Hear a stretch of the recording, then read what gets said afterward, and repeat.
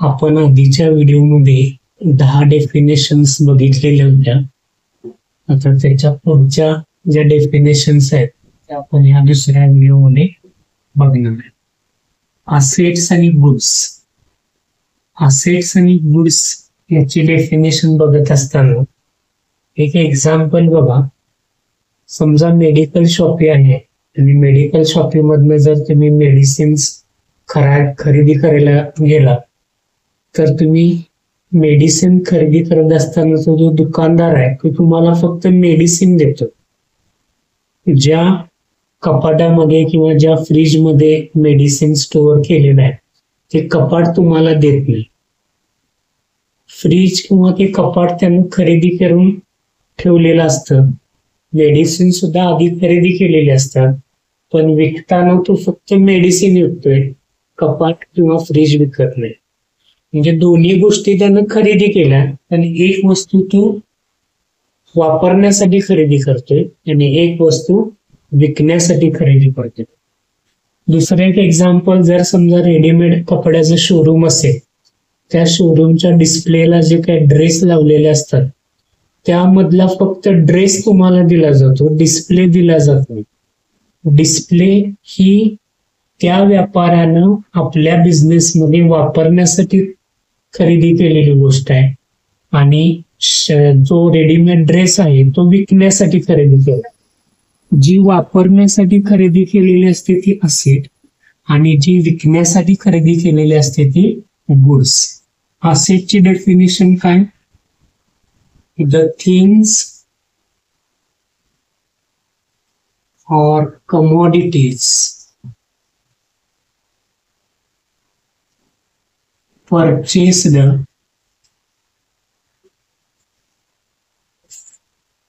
for use in business and not for sale. Use in business हा महत्वाचा आहे. म्हणजे बिझनेस मध्ये वापरण्यासाठी खरेदी केलेलं असतं. हीच डेफिनेशन आहे अशी गुड्सला येणार. फक्त चेंज काय होणार? The things or commodities purchased for sale.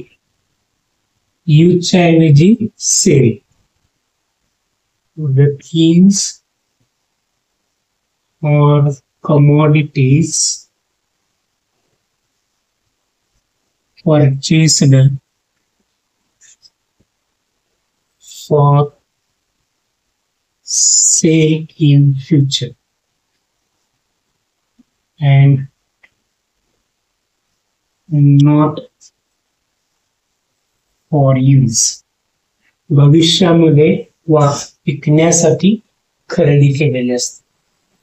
त्याच्यानंतरच्या दोन टर्म आहेत कॅपिटल आणि ड्रॉइंग्स. कॅपिटल म्हणजेच मराठीमध्ये आपण त्याला भांडवल आणि ड्रॉइंग्स म्हणू शकतो. कॅपिटल म्हणजे काय? In short, amount invested in business. म्हणजे व्यवसायामध्ये गुंतवलेली रक्कम म्हणजे कॅपिटल. बरोबर याच्या उलट आहे हेच वाक्य. अमाऊंट इन्व्हेस्टेडच्या विरुद्ध विथड्रॉ फ्रॉम बिझनेस. म्हणजे ज्यावेळी बिझनेस मध्ये पैसा गुंतवला जातो त्यावेळी ते कॅपिटल आणि ज्यावेळी तो बिझनेस मधनं काढून घेतला जातो त्यावेळी त्याला ड्रॉइंग्स. आणि ह्या दोन्ही गोष्टी कोण करतं? बिझनेसचा मालक, प्रोप्रायटर. इन्व्हेस्टमेंट पण प्रोप्रायटर करतो आणि विड्रॉ पण कोण करतो? प्रोप्रायटर. प्रोप्रायटरनं अमाऊंट इन्व्हेस्ट केली तर कॅपिटल, प्रोप्रायटरनं अमाऊंट विड्रॉ केली तर ड्रॉइंग्स. 14 नंतर 15 नंबरची डेफिनेशन आहे गुड डेप्ट, त्याच्यानंतर बॅड डेप्ट आणि 17 नंबरची डाऊटफुल डेप्ट.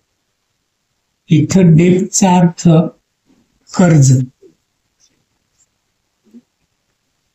गुड चा अर्थ शब्दशः घेतला तर चांगले कर्ज, बॅड म्हणजे आपण बॅडचा शब्दशः अर्थ बाद असा घेतो, पण इथं आपण बुडीत म्हणणार आहे.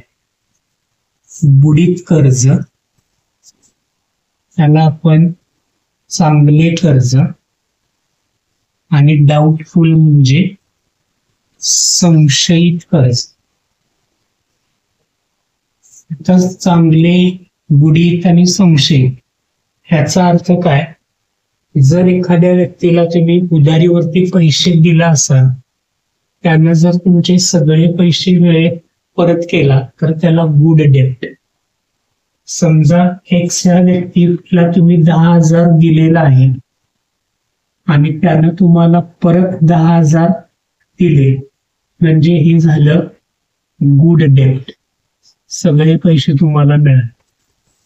एक्स या व्यक्तीला तुम्ही 10,000 दिलेला आहे आणि त्यानं तुम्हाला काहीही परत दिले नाही, 0, म्हणजे इथं तुमचे सगळे पैसे बुडाले, बॅड डेप्ट. आणि संशयित कर्ज म्हणजे काय? एक्स ला तुम्ही 10,000 दिलाय, त्यातले त्यानं 6,000 परत दिलाय, 4,000चा अजून त्यानं काही सांगितलेलं नाहीये, मे बी देईल पण आणि देणार पण नाही, त्याला म्हटलं जातं डाऊटफुल डेप्ट. आता डेफिनेशन कशी होणार आहे? गुड डेप्ट म्हणजे अमाऊंट शुअरली रिकव्हरेबल. हेच वाक्य बॅडला कसं होणार आहे? अमाऊंट शुअरली रिकव्हरेबलच्या विरुद्ध इररिकव्हरेबल. आणि हेच वाक्य डाऊटफुलला कसं होणार आहे? Amount may be recovered or may not be recovered. अशा ह्या अकाउंट मधल्या 17 डेफिनेशन बघितल्या. इथं बेसिक डेफिनेशन पूर्ण होतील. त्याच्या पुढील व्हिडिओमध्ये आपण काय शिकणार आहे? अकाउंट म्हणजे काय, त्याच्यानंतर अकाउंटचे टाइप्स, त्याच्यानंतर अकाउंटचे रूल, हे आपण याच्या पुढच्या व्हिडिओमध्ये शिकणार आहे. धन्यवाद.